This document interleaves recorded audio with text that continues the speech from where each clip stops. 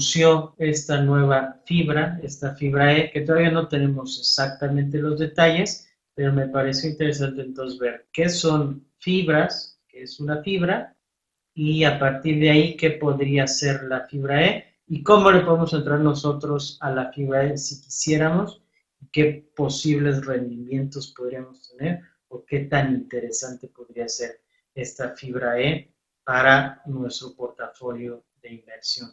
Entonces ahorita le vamos a entrar al tema. Permítame un segundito en lo que subo el material y nos vemos por aquí en un segundo.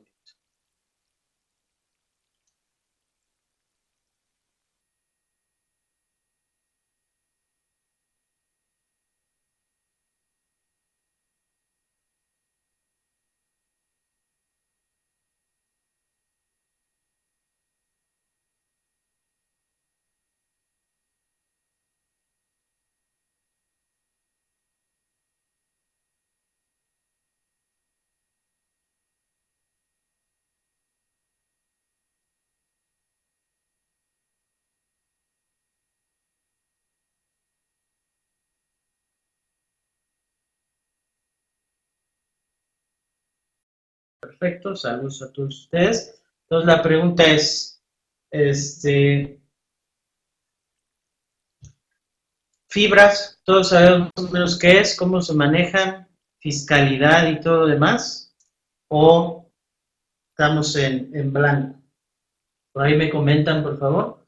Saludos a todos. Fibras, sí lo ubicamos, lo conocemos, lo manejamos.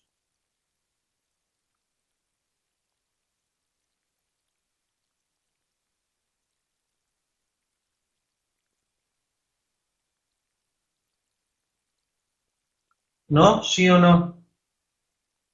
Ha escuchado a Adrián, pero no las conoce. Ok, vamos a conocerlo. Tanto como instrumento de inversión, como por ahí, ¿qué pasa si nos llega un cliente, tiene inversiones en fibras y qué tratamiento le vamos a dar? Le tenemos que presentar sus declaraciones, tenemos que hacer su declaración anual y no sabemos cómo se maneja, ¿no? ¿Cómo le hacemos con esos instrumentos? Bueno, vamos a verlo entonces. La mayoría no. Me parece bien para entonces verlo con detalle y ver precisamente, la idea es que a partir de esto veamos qué pasa con esta fibra E que anunció el presidente Enrique Peña Nieto. Entonces veamos. Fibras, ya decíamos, no es, ¿qué decía Santa? Que no es con la que se lavan los trastes, sino estos, así se llaman, son fideicomisos. Yo normalmente, ya por costumbre, digo las fibras, me refiero en femenino, aunque si nos ponemos estrictos, pues deberían ser los fibras, porque son fideicomisos de inversión, pero se oye medio raro, y bueno, yo soy acostumbrado a decirlo las, y la mayoría de la gente creo que lo maneja así, pero si se ponen estrictos, pues son los fideicomisos, son los fibras, pero bueno, eso es un poquito irrelevante. ¿Qué son? Entonces, fibras significa fideicomisos de inversión en bienes raíces. También lo pueden encontrar como fideicomisos de infraestructura en bienes raíces y bienes raíces. Es exactamente lo mismo, pero si nos vamos a la traducción, que eso viene del inglés, las REITs, y ahorita los vemos, pues son investment trusts y esos serían de inversión. No menciona que sean, no es como tal de infraestructura y de raíces, sino de inversión y la inversión es en bienes raíces. Pero lo pueden encontrar también como fideicomisos de infraestructura, como lo pongo aquí, y bienes raíces, ¿no? Cualquiera de las dos nos estamos refiriendo a lo mismo. Son un vehículo de financiamiento para la adquisición y o construcción de bienes inmuebles que tienen como fin su arrendamiento. Y son vehículos para el inversionista, por medio del cual vamos a tener ingresos provenientes del arrendamiento de los inmuebles de este fideicomiso. Ahorita lo vemos esto que significa a detalle. ¿Cuáles son los antecedentes o de dónde viene esto? Esto nació en Estados Unidos. En los años 60, fíjense lo atrasados que estamos, en Estados Unidos ya viene desde el 60, aquí la primera fibra entró en el año 2011. Los 60 a 2011 hay mucha diferencia por ahí. En Estados Unidos se llaman REIT, que son REITs, me parece que esa es la pronunciación correcta. Anteriormente había dicho yo rates, creo que se confunde un poquito con lo que son tasas. Entonces, creo que la pronunciación correcta en inglés es REITs. Son instrumentos o muchos instrumentos hay ya alrededor del mundo, como 20 países más o menos en el mundo, tampoco es que esté súper globalizado esto, aunque claro, en los mercados financieros pues hay pocos realmente avanzados a nivel mundial, ¿no? Tenemos algo de Europa, algo de Asia y poco de América. Hay de todo, hay fideicomisos donde entran un montón de cosas. Hay oficinas, hay hospitales, hay centros comerciales, hay naves industriales, departamentos, hay créditos hipotecarios. Se pueden hacer fideicomisos de un montón de situaciones. No solamente tienen que ser casas o solamente oficinas, sino que hay incluso en Estados Unidos fibras de cárceles, ¿no? De centros penitenciarios. Allá pues algunas privatizadas, no como acá, y hay una fibra o hay fibras que son de centros penitenciarios. En México les decía, la primera fibra es fibra 1 o fue fibra 1 y entró al mercado en marzo de 2011. Voy viendo algunos. Me dejan, por favor, me van dejando sus comentarios o preguntas, como estoy viendo la presentación en la otra pantalla, para cuando regrese poder atender algunos de los comentarios. ¿Cuál es el marco legal donde encontramos estos fideicomisos en las leyes mexicanas? Si ustedes ven la ley del impuesto sobre la renta, el artículo 187 y 188. En el 187 encontramos los requisitos para que seas considerado fideicomiso de inversión de raíces y entonces tengas los beneficios que están dentro de la propia ley del impuesto sobre la renta.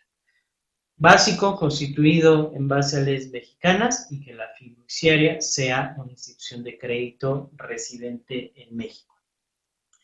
Se tiene que dedicar a la adquisición o construcción de inmuebles que sean destinados al arrendamiento. Ese es el único fin que se le puede dar, que estén destinados al arrendamiento, ¿ok? Si compras un edificio de oficinas, el fin que vas a darle es arrendar ese edificio de oficinas. O un centro comercial, pues arrendar los locales del centro comercial. O compras un montón de propiedades para casa-habitación, la renta de esas propiedades de casa-habitación, ese es el fin que le tienes que dar al fideicomiso. Lo interesante por la parte de inversión es que están obligados a distribuir el 95% del resultado fiscal. Es decir, el 95% del resultado fiscal hay que regresárselo a los inversionistas, a los tenedores de los certificados, ¿ok? Entonces, el 95%, casi todo el pastel que tienes del resultado fiscal, se lo tienes que regresar, es decir, distribuirlo como si fuera una especie de dividendo. El 95% se distribuye como una especie de dividendo a los inversionistas. Es la parte donde es un vehículo de inversión bastante interesante. Contrario a lo que pasa con cualquier otra empresa que no necesariamente tiene que decretar dividendos y no necesariamente el inversionista va a recibir beneficios por los dividendos, ¿no? Hay empresas que no decretan de plano dividendos, hay otras que tienen dividendos constantes. En este caso, todas las fibras van a tener que, por obligación, distribuir el 95% del resultado fiscal. Aparte, todo lo que construyan o todo lo que compren no lo pueden vender en 4 años, ¿no? Los 4 años de estarlo arrendando y ya después de los 4 años en teoría sí podrán venderlo, aunque recordemos el fin es que sigan con ese arrendamiento y sigan distribuyendo el resultado fiscal. algunos índices que nos pueden decir cómo van los fibras en los mercados financieros. En la Bolsa Mexicana de Valores hay un índice de fibras, se llama BMV Fibras. Hay un MSCI REIT Preferred Index, hay un Dow Jones Equity REIT Index, un United States REIT, hay uno de Standard Poor's y hay un sinfín de índices que ya podríamos encontrar por cada sector, sobre todo en el mercado de Estados Unidos. En el mercado mexicano, donde hay muy poquitas fibras, solamente tenemos obviamente un solo índice, que es el BMV Fibras. ¿Cuáles son los objetivos entonces de estos fideicomisos?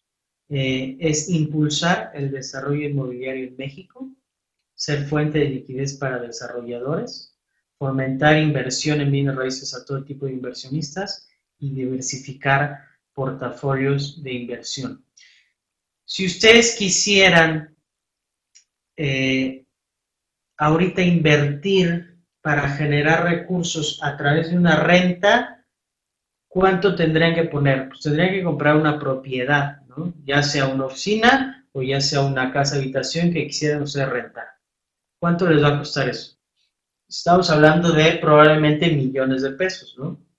Claro, pueden comprar a lo mejor una casa pequeña, alguna cosa así, pero si estamos pensando en una inversión promedio, por ejemplo, aquí en la Ciudad de México, muy difícil que encuentren cualquier tipo de propiedad por debajo ya de las cifras de 1 millón de pesos, ¿no? Y que les pueda generar un ingreso interesante. Entonces estamos hablando de 1 millón, 1,5 millones, 2 millones y para arriba, ¿no? No toda la gente, obviamente, tiene 1 millón de pesos o dos o los que sean para comprar una propiedad y vivir o generar ingreso de esa renta. No necesariamente vivir solamente de esa renta, pero generar algún ingreso de ese arrendamiento. Es para una persona que tiene un recurso bastante elevado o relativamente elevado en relación al general de la población. Y estos instrumentos abren la posibilidad de participar en el mercado del arrendamiento sin la necesidad de poner un capital grande. Podemos entrar literalmente desde 25 pesos. Claro, el dividendo o la utilidad que vas a tener de 25 pesos, pues va a estar medida en los centavos, pero no importa. El punto es que podemos participar en el mercado del arrendamiento. A lo mejor tenemos 50,000 pesos, a lo mejor tenemos 100,000 pesos, no nos alcanza para adquirir ningún bien inmueble, pero sí nos alcanza para invertir en una fibra, y a partir de ahí genera el mismo rendimiento en términos porcentuales que si hubiéramos comprado una propiedad más grande. Y ahorita vemos algunas diferencias y ventajas y desventajas entre un arrendamiento tradicional y una inversión en fideicomisos de este tipo. Continuamos entonces. A ver, decíamos, impulsar el desarrollo inmobiliario en México, correcto. Ese es de hecho el fin, si ustedes leen el artículo 187 de la Ley de Impuesto de la Renta, precisamente es lo que se menciona. Fuente de liquidez para desarrolladores, ¿no? Es muy común las constructoras o empresas de desarrollos inmobiliarios comúnmente están muy endeudadas, no están bien financieramente y se les hace difícil por ahí tener proyectos de desarrollos más grandes o concluir uno o poder tener varios simultáneamente. Estos fideicomisos les permiten generar esos recursos y tener liquidez. Fomentar inversión en bienes raíces a todo tipo de inversionistas, lo mencionaba. Aquí ya no es para nada más si tienes a partir de cierto capital, sino que está prácticamente abierto a todo el mundo. Así tengas 100 pesos o 1,000 o 10,000 o 100,000, puedes entrarle a un fibra. Y diversificar tu portafolio de inversión también. Si estás en pura renta variable, esto, si bien tiene un componente variable, también va a tener un ingreso fijo, o por lo menos constante. Si no es fijo, es por lo menos constante a través de la distribución de los rendimientos. Ese es más o menos el esquema de cómo se maneja el fideicomiso desde cómo empieza a operar y es parecido también a este. Vamos a ver los pasos entonces. Una empresa, número 1, aporta él o los inmuebles, ¿ok? Los aporta, el fideicomiso los recibe y va a colocar certificados, se llaman CBFIs, lo pongo acá en el chat, CBFIs, que significa Certificado Bursátil Fiduciario Inmobiliario. No son acciones, son CBFIs, son certificados, aunque se compran y se operan igual que una acción en la Bolsa Mexicana de Valores, se llaman CBFIs, ¿no? No son acciones, tienen otro tratamiento. Entonces, los colocan, esos certificados, en la Bolsa Mexicana de Valores, los adquieren inversionistas institucionales o público inversionista en general, y los recursos de esa colocación, el fideicomiso los va a utilizar para comprar más propiedades, para construir más propiedades, etcétera, y bueno, la empresa que aportó el bien va a recibir o sus certificados o va a recibir dinero, ¿no? El fideicomiso es el que va a estar encargado de administrar la propiedad, cobrar las rentas, administrar cualquier problema que tengan en el inmueble, hacer el cobro y regresarle el dinero vía resultado fiscal a los inversionistas, ¿correcto? Ese es el esquema, es bastante sencillo de cómo funcionan estos fideicomisos. Vamos a ver algunos comentarios. Adrián dice, ¿qué tan segura es la inversión? ¿Hay vencimiento? ¿Qué plazo? ¿Cómo es? Es bastante seguro. Es decir, vamos a entenderlo, Adrián. Tú compras una acción de cualquier empresa que tú quieras, de Google, por ejemplo, ¿no? ¿Qué tan seguro es eso? O sea, es una cuestión bastante variable, sujeta a la volatilidad, las condiciones del mercado, etcétera, etcétera. Y bueno, tiene un riesgo, digamos, alto. Comprar una acción normal de cualquier empresa, ¿no? Puede subir, puede bajar, realmente no sabes cómo se va a comportar, la puedes tener minutos o te la puedes quedar años hasta que la empresa en todo caso pudiera quebrar, ¿no? En el caso de los fideicomisos, de los fibras, ¿cómo funciona? Tú tienes, compras una cantidad X de certificados, ¿no? Y eso va a depender del dinero que quieras meter y del valor que tenga el certificado en ese momento. Aunque lo que tienes asegurado es que vas a recibir, digamos, pongámosle el nombre dividendo, no es un dividendo, pero pongámosle ese nombre, tú vas a recibir ese dividendo por lo menos una vez al año. Entonces, por lo menos una vez al año vas a recibir la parte del pastel que te toca de esos dividendos. Eso nunca lo vas a dejar de recibir, excepto, claro, que pues todas esas propiedades que tuviera el fideicomiso, pues no estuvieran rentadas, ¿no? ¿Qué es lo que tienes que evaluar ahí? ¿Cuáles son las propiedades que tiene el fideicomiso? ¿Cuál es el riesgo de que no se rentaran esas propiedades? ¿Cuál sería el riesgo de tener un resultado fiscal negativo, etcétera?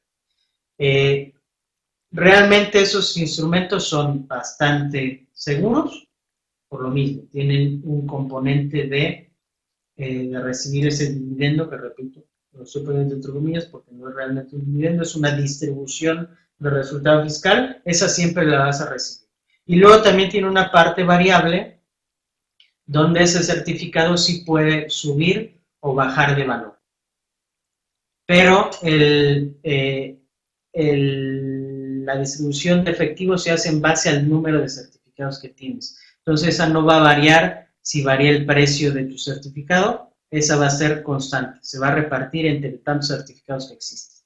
Ahí no vas a tener ningún cambio en cuanto al ingreso que recibas, eso es para siempre, mientras siga existiendo las propiedades y las administra el fondo, siempre lo vas a seguir recibiendo. Sí puedes tener una variación en el precio del propio certificado que va aumentando y disminuyendo conforme, como si fuera cualquier otra acción. Pero es mucho más seguro que una acción normal de cualquier empresa. empresas, ¿no? Su administración es totalmente diferente, la idea es que recibas esa distribución de efectivo, ¿no? No hay un vencimiento, tú la puedes vender en el momento que tú quieras y la puedes comprar en el momento que tú quieras, ¿no? No hay ningún tipo de plazo ni nada por el estilo. La puedes tener un segundo si tú quieres. La compras y al siguiente segundo la vendes. No hay problema con eso. Carmen dice, ¿cómo consultas los fideicomisos disponibles? Son los que están listados en la Bolsa Mexicana de Valores. Ahorita les muestro exactamente cuáles hay.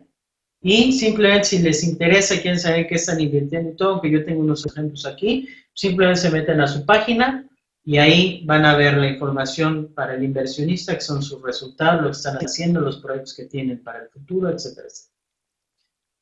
Regreso entonces a la presentación.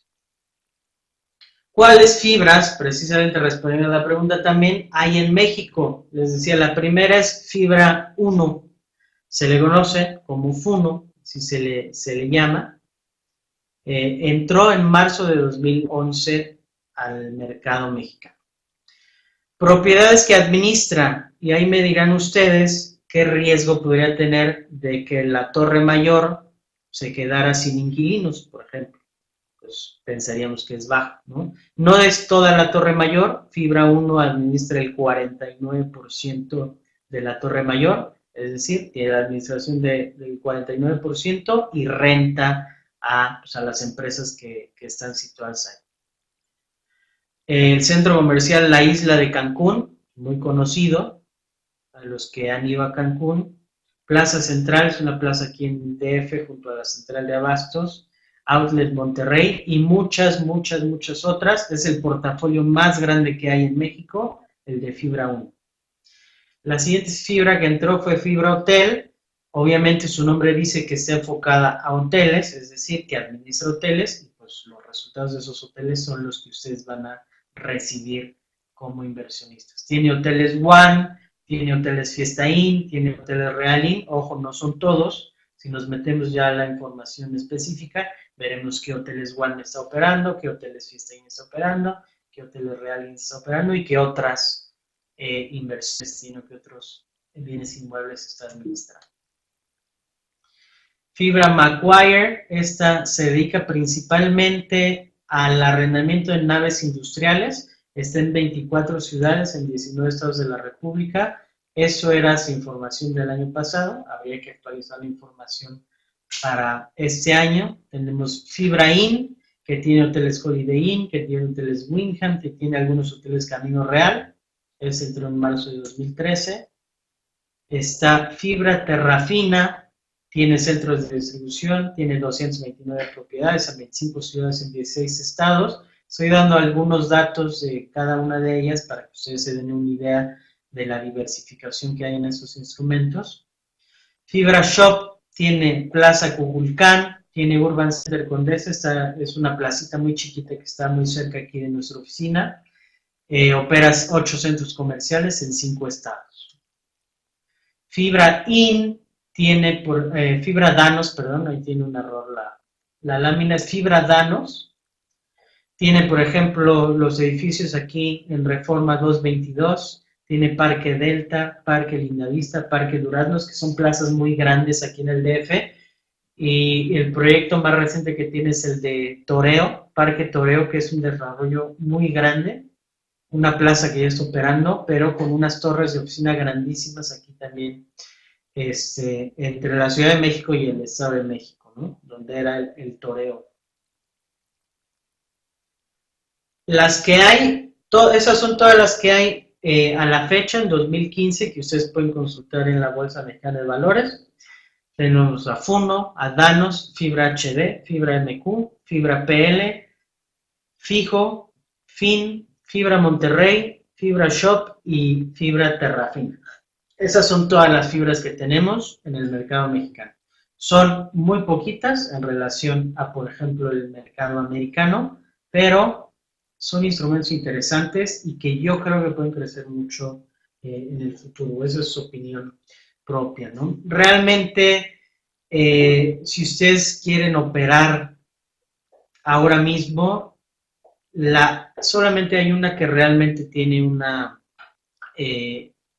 digamos, una liquidez importante, que sería fibra 1, ¿no? Es la más conocida, es la más grande y es la que más se opera en México.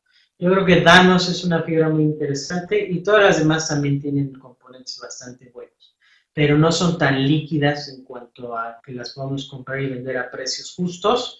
Por ahí todavía el volumen es poco, ¿no? Tenemos que entender que son instrumentos relativamente nuevos en México. Vamos a leer más comentarios. Dice Adrián que si se tiene que pagar honorarios del corredor o colocador. No, lo único que tú tienes que hacer como inversionista, lo único que tienes que hacer es tener una cuenta en una casa de bolsa y comprar el certificado. Y eso te costará, depende de tu casa de bolsa, una comisión por la compra. Las comisiones en México andan por alrededor del 0.25%, 0.25% por operación de compra o venta. Entonces, eso significa que ese costo es relativamente bajo, es insignificante prácticamente para hacer una inversión, ¿no? Realmente no significa nada, ¿no? Estamos hablando que, no sé, inver 50,000 pesos o 100,000 pesos y estarás pagando de comisión 250 pesos, ¿no? Realmente, como comisión, no tenemos ningún problema.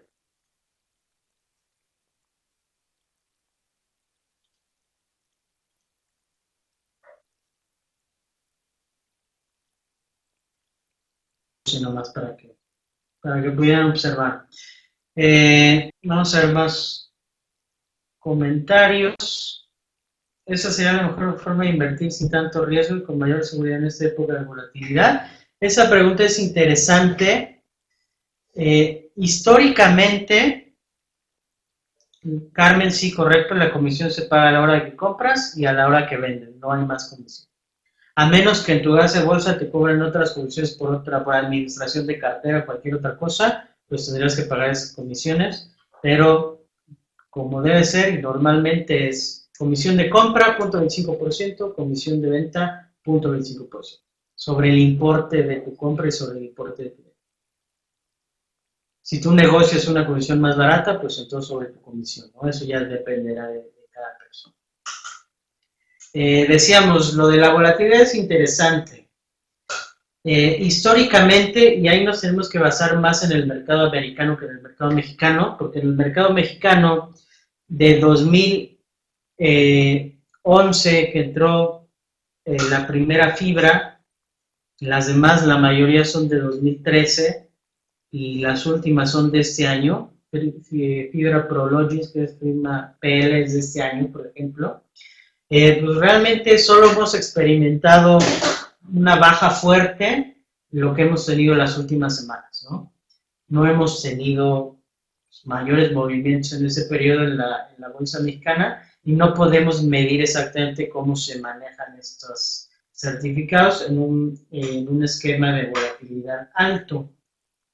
Pero sí les podemos comentar, o sí les puedo comentar que históricamente, tradicionalmente, estos certificados, los fibras, se ven mucho menos impactados en periodos de baja en bolsas que otros instrumentos.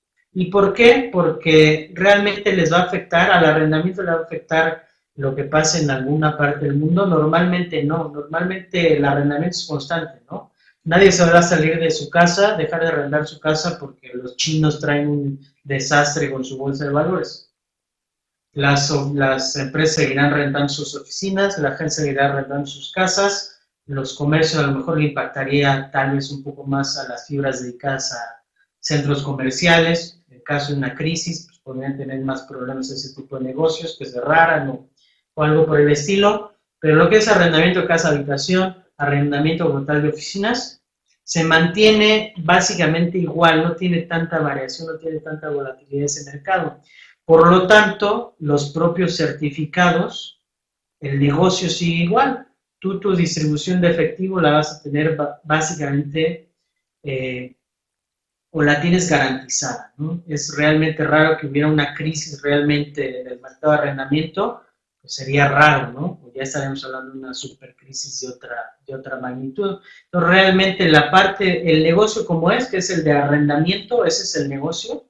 El negocio de arrendamiento va a seguir sin importar la volatilidad que hay en el mercado y por lo tanto tú tus rendimientos que los pueden pagar trimestrales o los pueden pagar de cualquier manera, los vas a seguir teniendo, ¿no? Entonces, por eso normalmente no les afecta tanto en periodos de volatilidad. Sin embargo, el precio del certificado, pues sí, normalmente, si todo va a la baja, también va a bajar. Eso no va a afectar, repito, el monto que a ti te toca de la distribución del efectivo. Eso no te va a impactar de ninguna manera. Lo que sí va a cambiar es el precio de tu certificado bursátil. Estamos haciendo aquí una comparación, fibras contra arrendamiento, poniendo ventajas y desventajas. Por ejemplo, fibra, podemos invertir desde montos pequeños. Les decía, por ejemplo, les doy datos al momento. Un certificado de fibra 1, 35 pesos. Y pueden comprar uno, entonces pueden invertir desde 35 pesos, ¿no? De Prologis, 26 pesos. Pues si ponen 26 pesos, compran su certificado y listo, invirtieron desde 26 pesos. La inversión en un arrendamiento tradicional, pues tendrán que comprar una casa, tendrán que comprar una oficina y esa no cuesta 25 pesos, costará 1 millón, 2 millones, 3 o lo que cueste en donde lo estén viendo, ¿no? La fibra puede tener mayor diversificación, ¿no? Pueden comprar, pueden estar invirtiendo en naves industriales, en oficinas, en casa habitación y estar diversificados de alguna manera. O si ya nos vamos también a Estados Unidos, pues hacen cárceles, en hospitales, en una diversidad de cosas. Es mucho más difícil diversificar en la parte de arrendamiento tradicional o de inversión en bienes inmuebles tradicional, porque entonces tendría yo que comprar una casa y luego comprar una oficina y luego comprar un hospital. Eso no es, no se puede hacer tan fácil, ¿no? Requerimos mucho, mucho, mucho más dinero. La fibra es muchísimo más líquida que un bien inmueble, es decir, yo la fibra, el certificado que tengo, lo vendo en este segundo, en este instante si quiero, y tengo el dinero en ese mismo momento que la vendí. En cambio, si quiero vender mi casa porque necesito ese dinero, pues tengo que ponerla a la venta, a ver cuándo me tardo en venderla, hacer todo lo de las escrituras, etcétera, etcétera. Eso me puede llevar meses. Y la fibra, para hacerla líquida, me va a llevar pues segundos, ¿no? Las fibras tienen todavía actualmente ventajas fiscales interesantes por sobre lo que es un arrendamiento tradicional y el riesgo de la minusvalía en capital sería el riesgo más importante de las fibras, ¿no? Es decir, que mi certificado, si lo compré a 35 pesos, pues mañana o en el futuro pues valga 20, ¿no? Y perder por ahí algo de capital. Y la casa es más difícil, una casa o una propiedad es más difícil que pierda valor. Ojo, que sí puede perder valor, porque esa es una de las mentiras o mitos de invertir en bienes raíces, es que toda la vida van a subir. Pues no es cierto, y ahí está la crisis de 2008 en Estados Unidos, gente que vio su casa, que la compró en 1 millón y al otro día valía $500,000 o $300,000, ¿no? Y que tardó 5 años en volver a recuperar su valor. Entonces, ojo también con ahí, con eso no es necesariamente libre de riesgo comprar una casa, un departamento, una oficina, pero sí es mucho menor el riesgo a que mi certificado fibra pierda algo de valor, ¿no? Aunque pensemos que a largo plazo los dos se mantendrán bastante similares, pero en corto plazo pues sí puede ser mucho más riesgoso. Vamos a ver más comentarios. Carmen, ya dijimos cómo consultar los fideicomisos, ya dijimos todos los que están disponibles y los que se seguirán agregando Por ejemplo, decíamos fibra E, que es lo que está interesante ahora. Lo que dicen las fibras es que es una opción segura y en especial en bienes raíces. Es una forma de entrar al mercado de bienes raíces sin tener que poner todo el dinero para comprar una propiedad y con rendimientos muy similares y en muchos casos superiores a un arrendamiento normal y mucho más líquido, ¿no? Esas serían las ventajas. ¿Qué porcentaje de rendimiento ofrece la fibra? ¿Tendrá un ejemplo? Sí. Lo más interesante fue fibra 1. Llegó a dar rendimientos muy, muy, muy buenos, ¿sí? Sobre todo en la parte variable, que no es la idea, pero en la parte variable fue muy interesante, ¿no? Rendimientos de más del 50%. De hecho, estaba platicando con una persona hace algunas semanas que se salvó de lo que fue FICREA. ¿Recuerdan lo que pasó en FICREA? Esta SOFIPO era, ¿no? Sociedad Financiera Popular, que se robó el dinero de un montón de gente. Pues resulta que esta persona se salvó de entrar a FICREA porque todos sus amigos le estaban diciendo, oye, FICREA está dando un rendimiento buenísimo del 10% y no sé qué, ¿por qué no le entras? Resulta que esa persona tenía, recién había comprado Funo cuando entró al mercado y a ese momento tenía rendimientos de más del 40%. Entonces dijo, pues de qué me sirve irme a FICREA si me está dando el 10% cuando Funo me está dando el 40%. Pues a sus amigos obviamente les terminaron robando el dinero y él quedó salvado por irse con Funo. Nada más eso es como un comentario eh, de cómo es la vida, ¿no? Cómo se salvó, si no seguramente dice le hubiera entrado ya a FICREA, pero realmente como tenía mucho mejor rendimiento con fibra 1, pues él se quedó ahí y salvó por ahí su capital. Mira, un arrendamiento para contestarte, Carmen, depende mucho la zona y depende mucho el tipo de propiedad y si es casa habitación o si es oficina o qué, pero estamos hablando más o menos de un rendimiento anual de entre el 4% y el 10%, ¿no? Es una cosa más o menos por ese estilo. Las fibras te están dando un rendimiento solamente por la distribución de efectivo de básicamente lo mismo, ¿no? Andan por ahí del 5%, algunas están un poco más elevadas, hacia los 7%, un poquito más, y más o menos en esos datos andamos. Entonces, a lo que tú cobrarás por una renta, a lo que te van a distribuir ellos como efectivo, que finalmente viene también por rentas, estamos hablando de cosas muy similares. El rendimiento es bastante similar.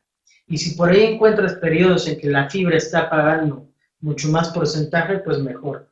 El año pasado, un índice de fibras del Standard & Poor's 500, del Standard & Poor's, perdón, estaba dando un yield, o sea, un rendimiento del 19%.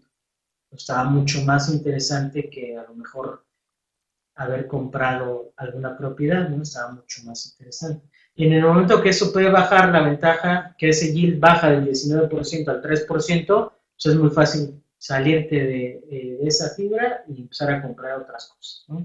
Entonces, pero es realmente muy similar a la fecha, al día de hoy, el rendimiento es bastante similar a las condiciones que tenemos en el mercado de arrendamiento. Entonces, puede ser una buena opción para los que lo quieran intentar, ¿no? ¿Cuáles son las oportunidades? Las fibras en México, decimos, son instrumentos relativamente nuevos, pero yo creo que con un potencial muy alto. Me parece mucho más fácil que la gente entienda que le van a dar dinero constantemente, digamos, lo normal, lo común que estamos viendo es cada trimestre, que cada 3 meses les van a hacer un depósito de lo que sería similar a una renta, a que nada más compren una acción o compren una opción o que empiecen a invertir en cosas que no entienden. Me parece mucho más sencillo que la gente entienda que pone ahí 100,000 pesos y que esos 100,000 pesos cada 3 meses o cada que distribuyen los rendimientos les va a generar un ingreso. Entonces me parece que tienen mucho potencial para el mercado mexicano que no conoce de cultura financiera, no tiene cultura financiera. Me parece que es más fácil que lo entiendan desde el punto de vista de los fibras. No se trata necesariamente de un sustituto al arrendamiento, no es que dejemos de vender nuestras propiedades, compremos todo en fideicomisos y nos olvidemos del arrendamiento, no, pero sí hay ventajas que es interesante considerar, ¿no? Fibra E, anunciada por el gobierno federal, puede representar un catalizador para el sector. Yo creo que esto puede ser que a través de esta fibra, que se le va a dar seguramente muchísima publicidad, pues la gente se empiece a fijar también en los otros productos y eso nos pueda generar beneficios si nosotros ya tenemos posición en algunos de esos productos, ¿no? Entonces, ¿qué es esto de Fibra E? Lo anunció Enrique Peña Nieto, el presidente, en el marco de su tercer informe de gobierno, junto con algunos otros instrumentos, ¿no? Lo de los bonos de educación y algunas otras cosas, pero a mí me llamó mucho la atención la parte de la Fibra E, y anunciaron también que entonces van a modificar la regulación de Afores y algunas otras regulaciones para que las Afores, pues entonces le vayan a entrar a la fibra E. Yo no sé qué tan de acuerdo soy con eso. Ya cuando hablamos de ahorro para el retiro, ya les había comentado yo que a mí me gustaría que siendo Afores, siendo dinero nuestro, nosotros pudiéramos decidir si queremos que hagan eso o no. Nosotros, lo que van a hacer aquí es modificar la ley o las regulaciones de las Afores y las Afores automáticamente le van a entrar a la fibra E y no necesariamente la fibra E es que vaya a ser algo muy bueno para el inversionista, ¿no? Pero si van a modificar, pues es porque le van a entrar. Se trata de un fideicomiso destinado a la inversión en energía y es parte de una estrategia para generar recursos que cubran el déficit por el bajo precio del petróleo. Es decir, esta fibra E, como veíamos, la fibra hotel, pues está dedicada a hoteles, fibra shop, pues normalmente centros comerciales, fibra MQ, pues son naves industriales, pues fibra E va a ser de energéticos. Todavía no sabemos exactamente qué empresas, qué bienes son los que van a estar amparados por esta fibra, pero, por ejemplo, Fernando Aportela, subsecretario de Hacienda, dijo que el nuevo vehículo servirá a todo tipo de empresas que tengan proyectos o activos estabilizados que generen flujos estables y que serán ofrecidos al gran público inversionista a cambio de recursos que las compañías pueden seguir invirtiendo en nuevos proyectos.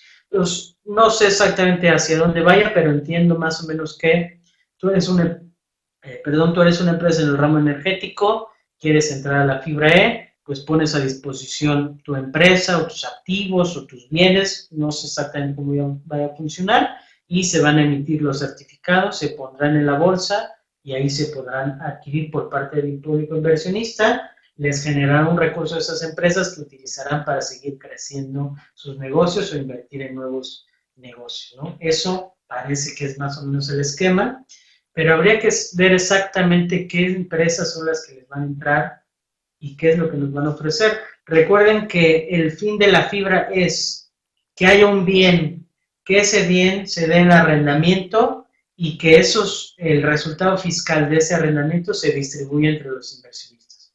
Esto no sé si es exactamente así, pero está interesante ya que veamos las regulaciones, que veamos qué empresas son las que van a entrar, que veamos cuáles van a ser los rendimientos, cuál es el flujo que nos van a regresar. Si va a entrar verdaderamente como fibra, es que le va a entrar al 187 de la ley del ISR y va a funcionar así. Si no, pues no se debería llamar fibra, pero bueno, pues así le pusieron fibra, entendemos que se dedica a algo así, ¿no? Cerramos con la parte fiscal, Carmen.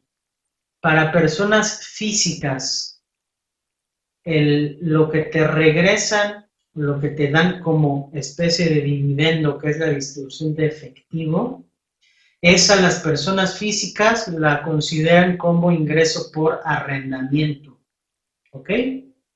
Es ingreso por arrendamiento. Tu casa de bolsa, que es tu intermediario financiero, te va a hacer una retención y listo, ¿no?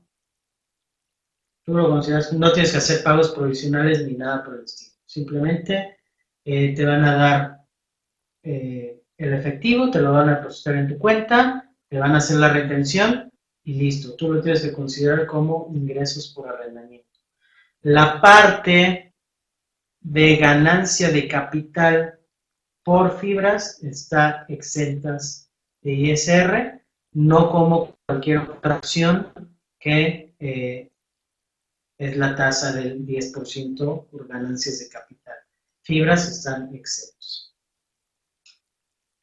Es la parte fiscal de las fibras y, repito, eso lo vamos a encontrar en 187 y 188 de ley del impuesto sobre la renta. Entonces, en resumen, si ustedes quieren entrar al mercado de arrendamiento con un capital relativamente menor o que no pueden ustedes o no quieren a lo mejor entrar en los trámites de escrituras y ponerse a hacer todo ese tipo de trámites, simplemente quieren participar en el mercado de rentas y es inmuebles y la renta que ellos generan, pues es una buenísima opción. La única cuestión es que investiguen cada una de las fibras, vean que están invirtiendo, a lo mejor hay alguna que esté en su lugar de origen, por ejemplo, pues aquí yo puedo ver cómo están los avances en toreo, si está rentado o no rentado algún centro comercial, y en eso podría a lo mejor tomar una decisión de inversión. Y lo mismo pueden hacer ustedes, investigan sobre las fibras y si alguna les convence, pues podrían tomar una posición en ellas. Lo que tienen que ver básicamente es cuánto están regresando de efectivo y en base a eso podrían tomar su decisión. Les estoy comentando que más o menos estamos hablando de un 5%, ¿no? Lo que tenemos de rendimiento en cuanto al retorno de capital. En los comentarios, ¿qué empresas pueden adquirir o comprar fibras? ¿Cuáles son los que pueden generar? Cualquier persona puede comprar fibras, empresas o personas físicas. Es tener cuenta de inversión y comprar los certificados que busques, ¿no? Simplemente. Es bastante sencillo como comprar la acción de cualquier empresa.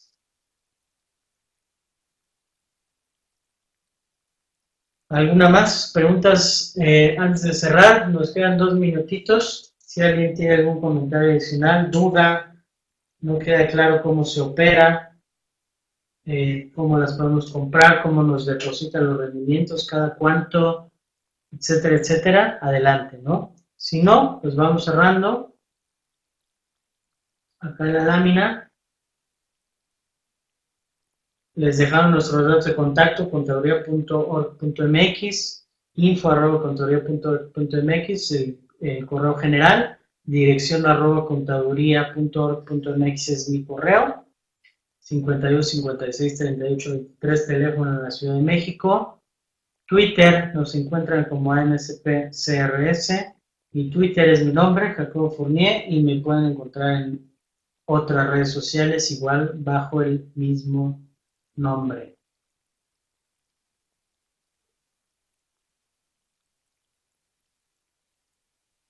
Rafa, puedes consultar la parte legal, ley del impuesto de la renta, 187. Puedes consultar Bolsa Mexicana de Valores, hay alguna información ahí. Te invitaría a que revisaras, por ejemplo, los reportes financieros de FUNO en su página. Googleas Fibra 1 y puedes encontrar su página. Ahí vas a encontrar más o menos cómo es el manejo financiero. Y ya si te quieres ir a fondo, simplemente si investigas sobre REITs, que es el nombre de fibras en inglés, ahí vas a encontrar pues toda la historia, ¿no? Desde 1960, cómo se fundaron, qué tipos de fibra hay, cómo se manejan, etcétera, etcétera, ¿no?